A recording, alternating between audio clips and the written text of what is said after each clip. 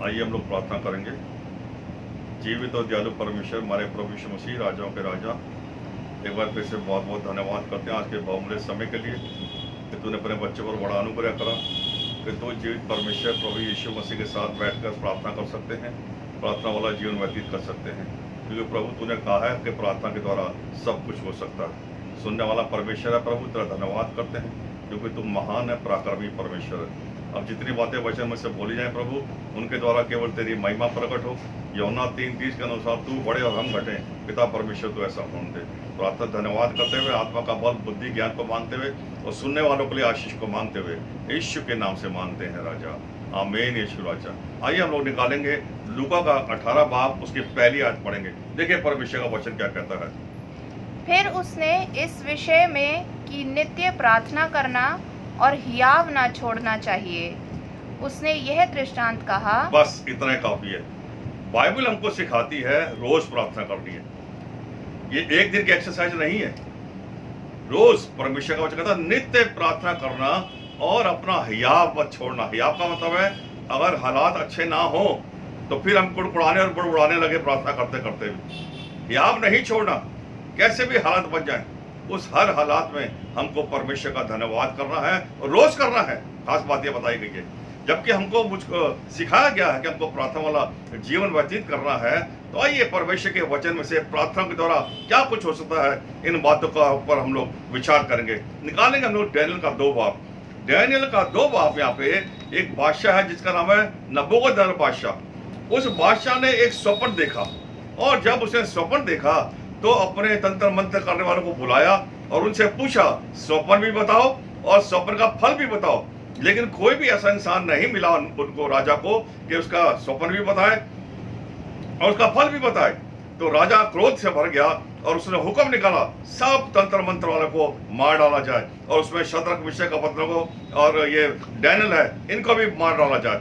लेकिन जब डैनियल को इस बात का पता चला कि राजा ने हुक्म निकाला है कि सबको मार डाला जाए, तब 17वीं आयत में डैनियल ने क्या करा जो हमको करना चाहिए। सुनिए परमेश्वर का वचन क्या कहता है। तब डैनियल ने अपने घर जाकर अपने संगी हननिया, मिसाइल और अजर्या को ये हाल बताकर कहा, इस भेद के विषय में स्वर्ग के परमेश्वर की दया के लिए कहकर प्रार्थना करो। डैनियल सिखा रहा है अपने संगी साथियों को कि अब जब कठिन समय आ गया, क्योंकि आज हम लोग कठिन दौर में से गुजर रहे हैं। उस समय नबूकदनेस्सर बादशाह के समय भी शद्रक, मिशक, अबेदनगो, डैनियल के समय एक कठिन समय आया।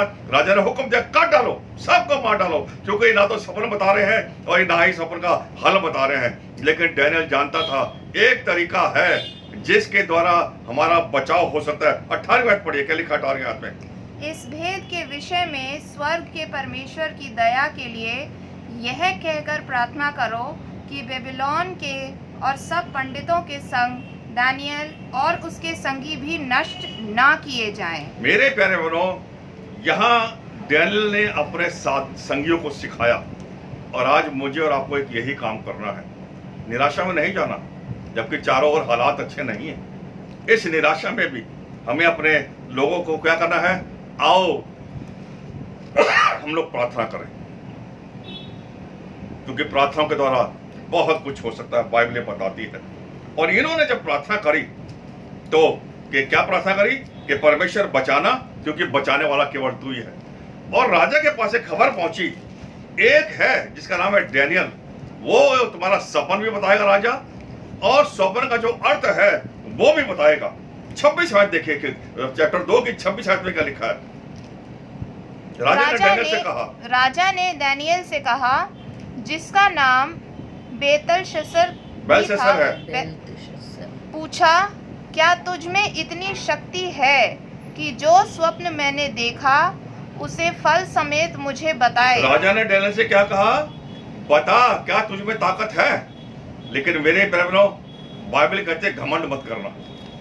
डैनियल को पता है कि परमेश्वर उसके ऊपर प्रकट करेगा इस बात को, क्योंकि उसके लिए प्रार्थना करी गई है। लेकिन डैनियल ने क्या कहा जब राजा ने पूछा क्या तू बता सकता है, तो बाइबल बताती है कि 27 में लिखा है, डैनियल ने राजा को उत्तर दिया, जो भेद राजा पूछता है वो उसको कोई भी तंत्र मंत्र कहने वाला नहीं बता सकता, परंतु 28 का बहुत ध्यान सुनेगा, परंतु भेदों का प्रकट करने वाला परमेश्वर स्वर्ग में है और उसी ने नबूवत राजा को बताया है कि अंत के समय में क्या कुछ होने वाला है।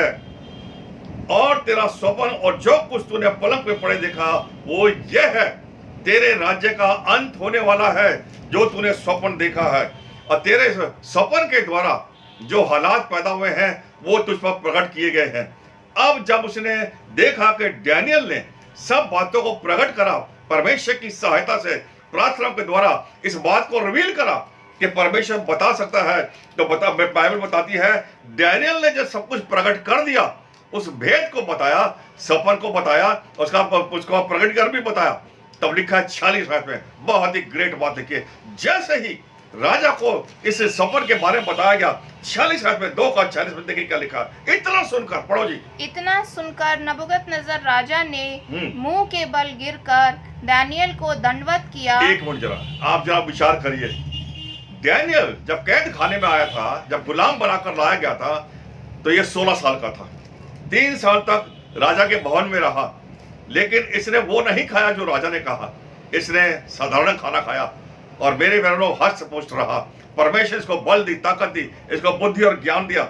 और बाइबल बताती है जैसे ही भेद को खोला, लिखा है इतना सुनकर, इतना ताकतवर राजा, नबूकदनेस्सर बादशाह उसका उस वक्त ताकतवर राजा था, लिखा है वो मुंह के बल, इस जवान का भी 20-21 साल की थी उम्र डैनियल की, मुंह के बल डैनियल के सामने गिर पड़ा और क्या लिखा है, दंडवत किया और आज्ञा दी उनको भेंट दो, उसके सामने सगुद वस्तु चढ़ाओ। और फिर राजा ने डैनियल से कहा, काश मेरे आपके जीवन को देखकर भी लोग इस प्रकार कहें जैसे डैनियल के बारे में कहा।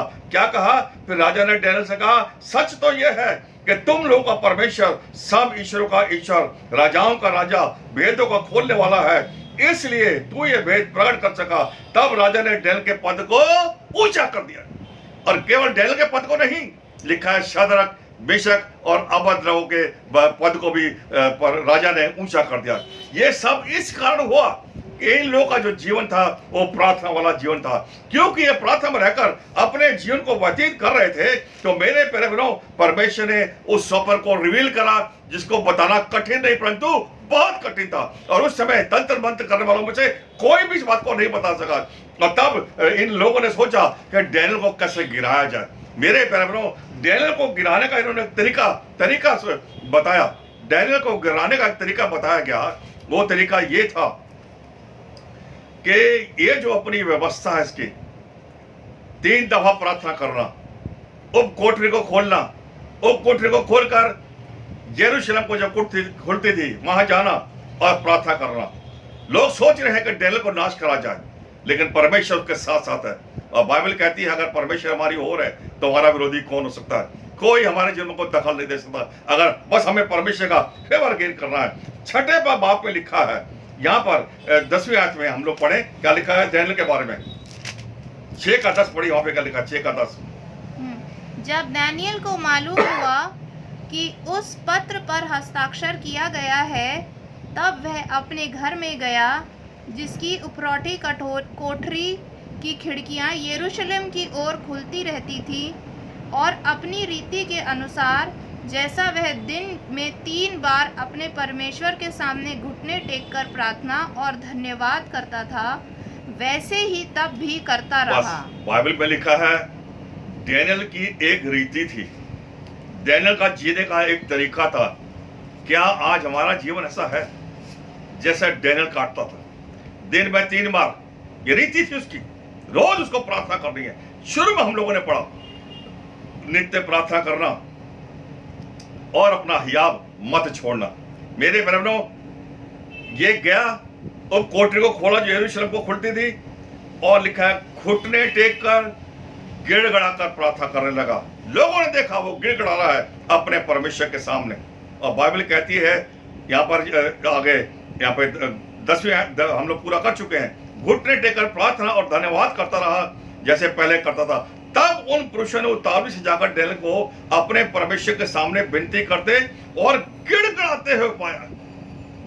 गिड़गड़ाना है, रोना है, विलाप करना है, परमेश्वर के सामने बताना है कि प्रभु हम पर रहम कर। और जब डैनियल ने ऐसा करा और इसकी शिकायत करी गई, तो लिखा है राजा बहुत उदास हुआ इस बात को सुनकर कि इन लोगों ने एक चक्र रचा कि डैनियल को उसकी व्यवस्था के अनुसार को फंसाना है।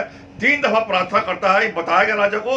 और जब राजा को एक कहा गया कि 30 दिन तक राजा कोई भी तेरे बगैर अपने परमेश्वर को नहीं पुकारेगा, जिसको जो भी विनती करनी है वो तेरे द्वारा प्रार्थना करी जाएगी। और बाइबल बताती है डैनियल के यहाँ पे डैनियल के बारे में लिखा है, डैनियल अपने रीति से प्रार्थना करता था। और यहाँ बाइबल बताती है, और यहाँ पे लिखा है जब बताया गया राजा को कि वो अपने अनुसार प्रार्थना कर रहा है, तो लिखा है राजा ने शिकायत को सुना और बहुत उदास हुआ क्योंकि डैनियल का नाम उसमें था। मेरे बहनों, परमेश्वर का दास डैनियल ऐसा जीवन जीता था जिसके द्वारा राजा भी जानता था कि इसके अंदर उत्तम आत्मा रहती है। और जब उसको हस्ताक्षर कर साइन कर दी राजा ने कि अगर कोई मेरे से प्रार्थना नहीं करेगा 30 दिन तक, अपने परमेश्वर से प्रार्थना करेगा, तो वो शेरों की बात में डाला जाएगा। और मेरे प्यारे बहनों, और इसने इनको लोगों ने इस डैनियल को फंसाया और शेरों की बांध में डलवा दिया गया। लेकिन बाइबल ये बताती है उस रात राजा सोया नहीं, डैनियल से प्रेम करता था और डैनियल के जीवन को जानता था कि डैनियल जो परमेश्वर का जन है। अगर मैं और आप परमेश्वर के दास और दासियां हैं तो याद रखना परमेश्वर मेरी और आपकी चिंता करता है। और मेरे प्यारे बहनों, बाइबल कहती है कि रात को सोया नहीं, खाना नहीं खाया, लेकिन जैसे ही भोर फटी, जैसे ही दिन निकला, शेरों की बांध पर दौड़ता हुआ नबूकदनेस्सर बादशाह गया और वह कहने लगा, हे डैनियल, जिस परमेश्वर की तू नित्य उपासना करता है, क्या वो तुझे बचा सका? और डैनियल ने बड़ी जबरदस्त गवाही वहां पर दी। क्या गवाही दी? कि हे राजा, तू धन्य है, तू जीवित रहे। उसने शराप नहीं दिया राजा को, उसने शेरों की बांध में डलवाया। अपने जीवन को ऐसा दर्शाया जैसे यीशु मसीह का जीवन था, उसको जीवित रहे, उसको धन्य कहा, उसे क्षमा किया। और मेरे बहनों, राजा ने डैनियल को शेरों की बांध में से निकाला, उसको जीवित पाकर देखा गया। और बाइबल बताती है कि राजा का क्रोध उन लोगों पर भड़का जिन्होंने डैनियल के विरोध में शिकायत करी थी। और परमेश्वर का वचन ही कहता है, राजा ने उन तमाम लोगों को बच्चों समेत शेरों की बांध में डाल दिया गया और डैनियल को जीवित वहां से निकाला गया शेरों की बांध में से। और यहाँ डैनियल ने एक गवाही दी कि हे राजा, मेरे परमेश्वर ने, जिसकी मैं रोज उपासना करता हूं, जिससे मैं रोज प्रार्थना करता हूं, उसने शेर के मुंह को ऐसा बंद कर दिया कि वो मेरा कुछ भी नुकसान नहीं कर पाए। हाँ मेरे बहनों, मैं और आप भी ऐसा कर सकते हैं अगर मेरा और आपका जीवन ऐसा है जैसा परमेश्वर का वचन कहता है। आइए मलाकी का 4 बाब निकालेंगे, बहुत जल्दी से मैं खत्म करने पे हूँ। मलाकी का 4 बाब उसके पहले से जल्दी से पढ़ दिया, क्या लिखा है? क्योंकि देखो, वह धधकते भट्टे का सा दिन आता है। हम लोग अंत के समय में जी रहे हैं और बाइबल बताती है जब यीशु मसीह आएगा आग प्रकट होगी। और भजन 50:3 में लिखा है जब प्रभु यीशु मसीह आएगा तो आग उसके आगे आगे चलेगी। और यहाँ लिखा है, देखो धड़कते हुए भट्टे का सा दिन आने वाला है। लेबनान में हम लोगों ने देखा, बैरूत में हम लोगों ने देखा, कितना भयानक धधकते हुए भट्टे का सा दिन वो नजर आ रहा था। ये अंत का समय है और बाइबल बताती है हमको प्रार्थना प्रार्थना केवल प्रार्थना वाला जीवन व्यतीत करना है। क्यों? क्योंकि देखो वो धधकते हुए भट्टे का सा दिन आता है जब सब घमंडी लोग और सब बुरे लोग अनाज की खूंटी हो जाएंगे और आने वाले दिन में ऐसे भस्म हो जाएंगे कि उनका पता भी ना रहेगा। लेकिन आगे लिखा है, सेनाओं के यहोवा का यही वचन है, परंतु तुम्हारे लिए जो मेरे नाम का भय मानते हो, धर्म का सूर्य उदय होगा और उसकी किरणों के द्वारा तुम चंगे हो जाओगे। कितने भी भयानक सिचुएशन आ जाए, कितने भी भयानक बीमारियां आ जाएं, बाइबल कहती है अगर मैं और आप परमेश्वर का भय मान रहे हैं, अगर मैं और आप धर्मी जन बनकर परमेश्वर की सेवा करते हुए अपने अपने जीवन को व्यतीत करते हैं, तो बाइबल कहती है तुम्हारे लिए ऐसा सूर्योदय होगा जिसके किरणों के द्वारा तुम चंगे हो जाओगे और पाले हुए बछड़ों के नाई समान कूदोगे और फांदोगे, तब तुम दुष्ट को लताड़ डालोगे, अर्थात मेरे उस ठहराए हुए दिन में तुम्हारे पांव के नीचे वो राख बन जाएंगे जो दुष्ट है, जो दुनियादार के लोग हैं। सेनाओं के परमेश्वर का यही वचन है, बाइबल ऐसे कहती है। मेरे परिवारों, मुझे और आपको बाइबल सिखाती है जब तक मैं और आप परमेश्वर की दया से जीवित हैं, इससे पहले कि लेबनान की तरह और दुनिया में तबाही आ जाए, अभी मेरे और आपके पास समय है कि मैं और आप अपने आप को जांचें, मैं और आप अपने आप को परखें, मैं और आप बताएं कि मेरा और आपका जीवन कैसा चल रहा है। मेरे को और आपको इस दिन, आज के दिन से अपने आप को न्याय के दिन के लिए तैयार करा है, क्योंकि जिस परमेश्वर ने डैनियल को बचाया शेरों की मान से, जिस परमेश्वर ने शद्रक मिशक अबेदनगो को बचाया वही मेरा और आपका उद्धार करता है। उसका नाम है प्रभु यीशु मसीह। कभी ना भूले, फिर तो हम 4:12 लिखा है, जमीन के ऊपर आसमान के नीचे केवल एक नाम दिया गया है जिसके द्वारा उद्धार होता है, और वो नाम है प्रभु यीशु मसीह। और वह प्रभु यीशु मसीह धधकते हुए भट्टे के समान बहुत जल्दी आने वाला है। और इससे पहले कि वो अचानक आ जाए, आइए जागते रहें, तैयार रहें और प्रार्थना वाला जीवन व्यतीत करें। Praise the Lord, God bless you. तू ही है वो जो